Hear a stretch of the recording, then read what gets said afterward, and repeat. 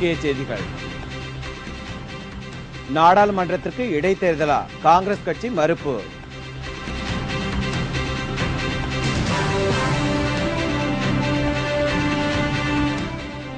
சங்கரன்கோவில் பகுதியில் நிலவும் குடிநீர் பிரச்சனைகளுக்கு நிரந்தர தீர்வு காணப்படும். தேமுதிக வேட்பாளர் முத்துக்குமார் உறுதி.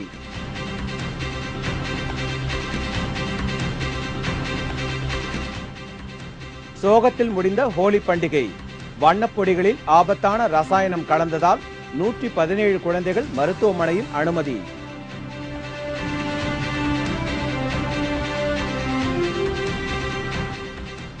டேங்கர் லாரிகள் வேலை நிறுத்தம் வாபஸ். சமையல் எரிவாயு சிலிண்டர் விநியோகம் சீரடைந்தது.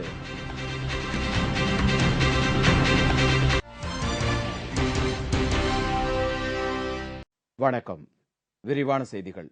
5 மாநில தேர்தல் முடிவுகளால் நாடாளுமன்றத்திற்கு இடைத்தேர்தல் வராது என்று காங்கிரஸ் கட்சி தெரிவித்துள்ளது. உத்தரப்பிரதேசம், உத்தரகாண்ட், பஞ்சாப், மணிப்பூர் மற்றும் கோவா உள்ளிட்ட 5 மாநிலங்களில் காங்கிரசிற்கு பின்னடைவு ஏற்பட்டிருக்கும் இந்த வேளையில் நாடாளுமன்றத்தை காங்கிரஸ் கலைக்க வேண்டும் என்ற கோரிக்கை எழுந்துள்ளது. அதனை ஆளும் ஐக்கிய முற்போக்கு கூட்டணியில் இடம்பெற்றுள்ள திரிணாமுல் காங்கிரஸ் கட்சியும் ஆதரித்துள்ளது.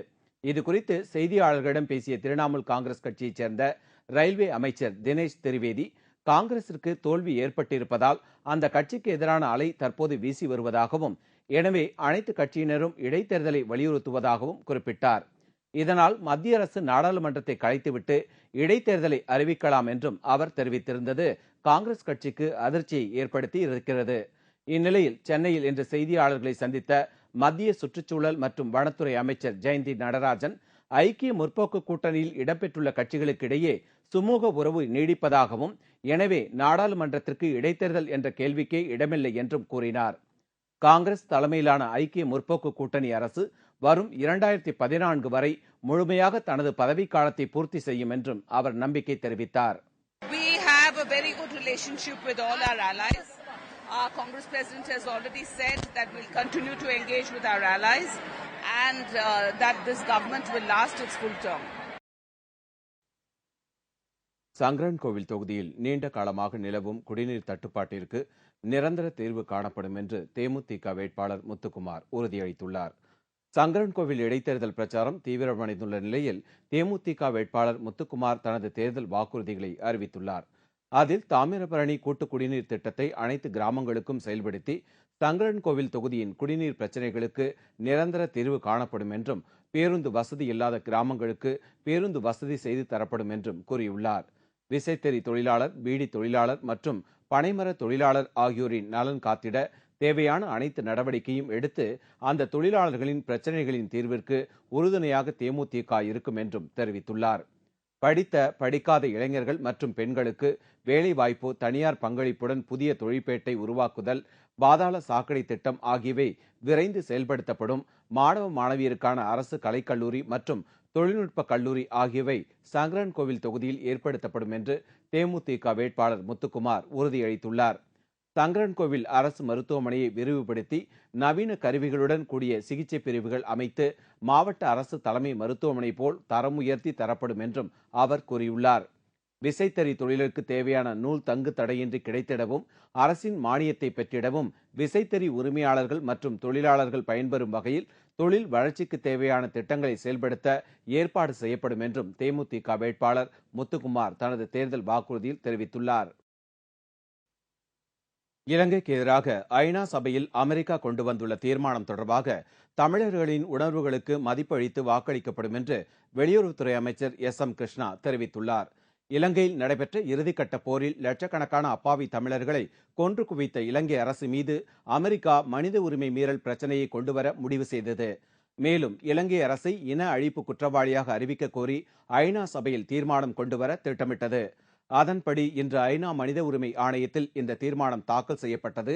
இந்த தீர்மானத்திற்கு ஆதரவாகவும் இலங்கைக்கு எதிராகவும் இந்தியா வாக்களிக்க வேண்டும் என்று பலதரப்பு மக்களும் வலியுறுத்தி வருகின்றனர்.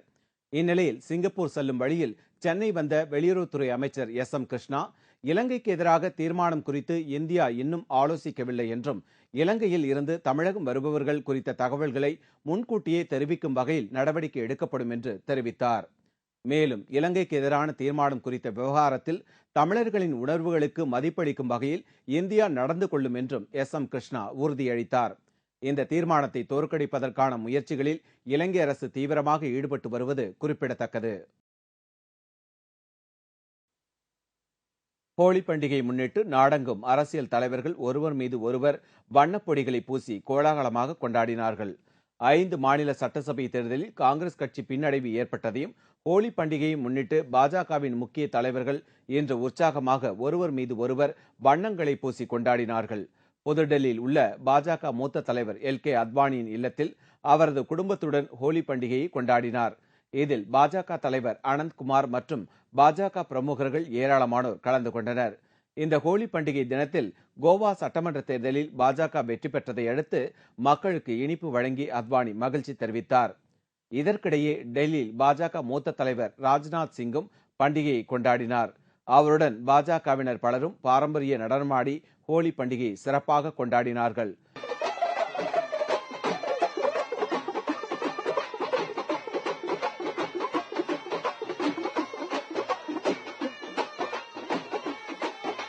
கோவாவில் அடுத்த முதல்வராக நியமிக்கப்பட உள்ள பாஜகவை சேர்ந்த மனோகர் பரிக்கார் தனது ஆதரவாளர்களுடன் ஹோலி பண்டிகையை கோலாகலமாக கொண்டாடினார். இதேபோல் டெல்லி முதல்வர் ஷீலா தீட்சித் ஹோலி பண்டிகையை தனது சகாக்களுடன் வெகு சிறப்பாக கொண்டாடினார். மகாராஷ்டிரா மாநிலம் மும்பையில் நடைபெற்ற ஹோலி பண்டிகை நிகழ்ச்சியில் மூச்சுத் திணறல் ஏற்பட்டதால் 117 குழந்தைகள் ஆபத்தான நிலையில் மருத்துவமனையில் சிகிச்சை பெற்று வருகின்றனர். நாடு முழுவதும் இன்று ஹோலி பண்டிகை உற்சாகமாக கொண்டாடப்பட்டது. ஆனால் மகாராஷ்டிரா மாநிலத்தில் இந்த ஹோலி பண்டிகை சோகத்தில் முடிந்துள்ளது. மகாராஷ்டிரா மாநிலம் மும்பையில் இன்று நடைபெற்ற ஹோலி பண்டிகை நிகழ்ச்சியில் பங்கேற்ற ஏராளமான குழந்தைகள் மூச்சு திணறல் காரணமாக பாதிக்கப்பட்டன. இதனால் அதிர்ச்சியடைந்த பெற்றோர்கள் தங்கள் குழந்தைகளை உடனடியாக அருகில் இருந்த மருத்துவமனைகளில் சேர்த்தனர். அவர்களுக்கு தீவிர சிகிச்சை அளிக்கப்பட்டு வருகிறது. போலீசார் இதுகுறித்து விசாரணை நடத்தியதில் வண்ணப் பொடிகளில் அபாயகரமான ரசாயன பொடிகள் கலக்கப்பட்டது தெரிய வந்துள்ளது. ये पॉइजनिंग तो कलर की वजह से हुई है। ये अभी कोई भी गंभीर नहीं बताया जा रहा है। 117 लोग अभी एडमिट किए गए हैं यहाँ पर, जिनका ट्रीटमेंट चल रहा है। और इसकी ये पॉइजनिंग क्यों हुई है इसके बारे में केमिकल एनालिसिस के बाद ही पता चल पाएगा. எல்பிஜி டேங்கர் லாரி உரிமையாளர்கள் மேற்கொண்டு வந்த வேலை நிறுத்த போராட்டம் வாபஸ் பெறப்பட்டதால் மக்களின் வாழ்க்கை இயல்பு நிலைக்கு திரும்பியது. தமிழ்நாடு, கர்நாடகா உள்ளிட்ட 5 மாநிலங்களில் எரிவாயு சிலிண்டர்களை ஒப்பந்த முறையில் ஏற்றிச் செல்லும் டேங்கர் லாரி உரிமையாளர்கள் தங்களுக்கு புதிய வாடகை கட்டணத்தை நிர்ணயிக்க கோரி கடந்த 7 நாட்களாக வேலை நிறுத்த போராட்டத்தில் ஈடுபட்டு வந்தனர். இதனால் கேஸ் நிரப்பும் பணியும் சிலிண்டர் விநியோகம் செய்யும் பணியும் வெகுவாக பாதிக்கப்பட்டது. சென்னை எழிலகத்தில் நேற்று நடைபெற்ற முத்தரப்பு பேச்சுவார்த்தையில் உடன்பாடு ஏற்பட்டதால் இன்று காலை முதலே டேங்கர் லாரிகளின் வேலை நிறுத்தம் வாபஸ் பெறப்பட்டது. கடந்த ஒரு வாரமாக சிலிண்டர் இன்றி தவித்து வந்த பொதுமக்களுக்கு இன்று வழக்கம் போல் சிலிண்டர் விநியோகிக்கும் பணி தொடங்கியது. 29ஆம் தேதியிலேருந்து ஸ்ட்ரைக்கு நடந்தது. இப்போ அது பேச்சுவார்த்தை நடந்தது. இப்போ 7 நாளாக ஸ்ட்ரைக்கு நடந்தது. எல்லாருக்கும் கேஸ் இல்லாமல் ரொம்ப தட்டுப்பாடாக இருந்தது. இப்போ ஓனருங்களாம் எல்லாம் பேசி அது சுகமாக முடிச்சிருக்குன்னு சொல்லியிருக்காங்க. இப்போ எல்லாம் எந்த பிரச்சனையும் இல்லாமல் லோட் ஆகின்னு இருக்குது. இப்போ நாங்கள் எங்கே போட்டாலும் போவோம். அந்த பிரச்சனையெல்லாம் இப்போ கொஞ்ச நாள் தீர்ந்துடும். பெட்ரோல் விலை நாளை முதல் உயரக்கூடும் என்று எதிர்பார்க்கப்படுகிறது. அண்மை காலமாக பெட்ரோல் விலையை மாதந்தோறும் உயர்த்துவதை எண்ணெய் நிறுவனங்கள் வாடிக்கையாக கொண்டுள்ளது. சர்வதேச சந்தையில் கச்சா எண்ணெயின் விலை தொடர்ந்து உயர்ந்து வருவதால் இந்த நடவடிக்கை என்று மத்திய அரசு தெரிவித்தாலும் எண்ணெய் நிறுவனங்கள் சந்தித்து வரும் நஷ்டத்தை ஈடுகட்டவே இதுபோன்ற விலை உயர்வு ஏற்படுவதாக மத்திய அரசு தெரிவித்து வருகிறது. மேலும் பெட்ரோலுக்கான விலையை எண்ணெய் நிறுவனங்களே நிர்ணயித்துக் கொள்ளலாம் என்ற மத்திய அரசின் முடிவால் மாதந்தோறும் பெட்ரோல் விலை உயர்கிறது. கடந்த ஜனவரி மாதம் பெட்ரோல் விலையை உயர்த்த மத்திய அரசு திட்டமிட்டிருந்தது. ஆனால் பெட்ரோல் விலையை உயர்த்தினால் 5 மாநில தேர்தலில் பாதிப்பு ஏற்படும் என கருதி தேர்தலுக்கு பின்னர் விலையை உயர்த்த திட்டமிடப்பட்டது. 5 மாநில தேர்தல் முடிவுகள் வெளியான நிலையில் பெட்ரோல் விலையை உயர்த்த எண்ணெய் நிறுவனங்கள் முடிவு செய்துள்ளது. இதன்படி நாளை முதல் பெட்ரோல் விலை உயர்த்தப்படக்கூடும் என்று எதிர்பார்க்கப்படுகிறது. லிட்டர் ஒன்றிற்கு 5 ரூபாய் வரை இழப்பு ஏற்படுவதாக எண்ணெய் நிறுவனங்கள் கூறுவதால் பெட்ரோல் விலை 3 ரூபாய் முதல் 4 ரூபாய் வரை உயரக்கூடும் என்று தெரிகிறது. +2 பொதுத் தேர்வு இன்று தமிழகம் மற்றும் புதுவையில் தொடங்கியது. வரும் 30ஆம் தேதி வரை இந்த தேர்வுகள் நடைபெறுகிறது. சென்னையில் சுமார் 139 தேர்வு மையங்கள் அமைக்கப்பட்டு 50,000த்திற்கும் மேற்பட்ட மாணவர்கள் தேர்வு எழுதினர். புதுவை மாநிலத்தில் 12,043 மாணவ மாணவிகள் தேர்வு எழுதினார்கள். தேர்விற்காக புதுச்சேரி பகுதியில் 25 தேர்வு மையங்களும், காரைக்கால் பகுதியில் 6 தேர்வு மையங்களும் அமைக்கப்பட்டுள்ளன. சென்னையில் சுமார் 139 தேர்வு மையங்கள் அமைக்கப்பட்டு 50,000த்திற்கும் மேற்பட்ட மாணவர்கள் தேர்வு எழுதினர். புதுவை மாநிலத்தில் 12,043 மாணவ மாணவிகள் தேர்வு எழுதினார்கள். தேர்விற்காக புதுச்சேரி பகுதியில் 25 தேர்வு மையங்களும், காரைக்கால் பகுதியில் 6 தேர்வு மையங்களும் அமைக்கப்பட்டுள்ளன. தேர்வு பணிகளுக்காக புதுச்சேரியில் 726 அலுவலர்களும், காரைக்காலில் 185 அலுவலர்களும் பணியமர்த்தப்பட்டு உள்ளனர்.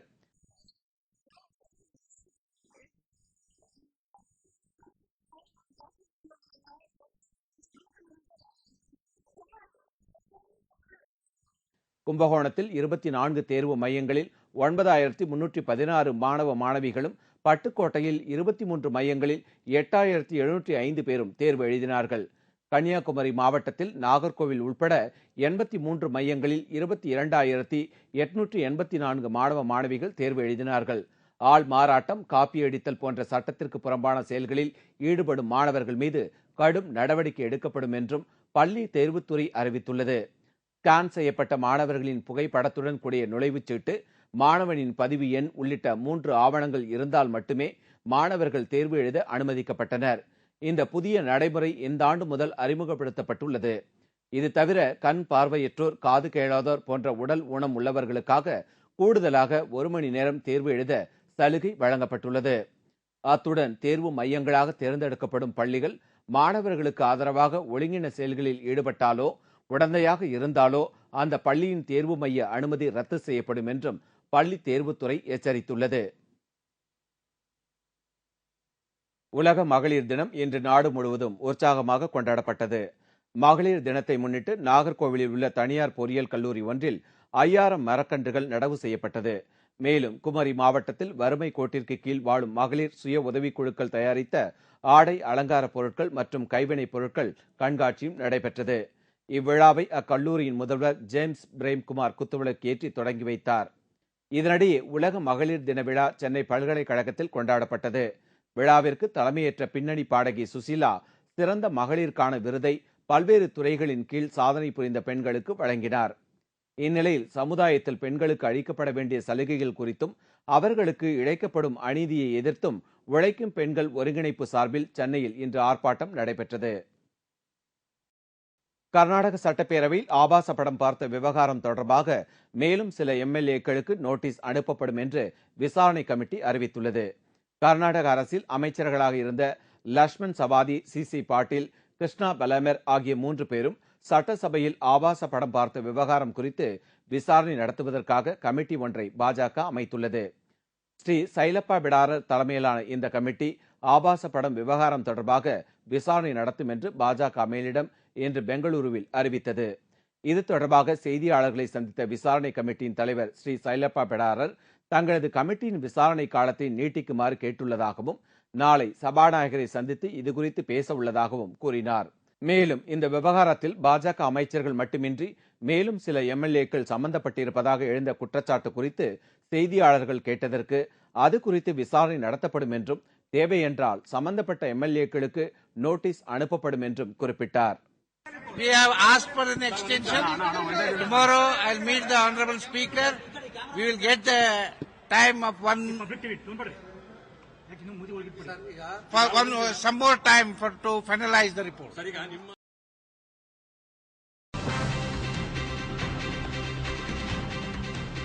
BSNL துணை விற்பனை உரிமம் வாங்கித் தருவதாக கூறி 8 லட்சம் ரூபாய் மோசடி, குற்றவாளி தலைமறைவு.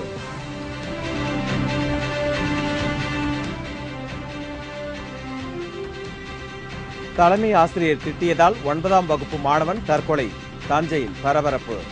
மற்றும் பல செய்திகள் விளம்பர இடைவேளைக்கு பிறகு.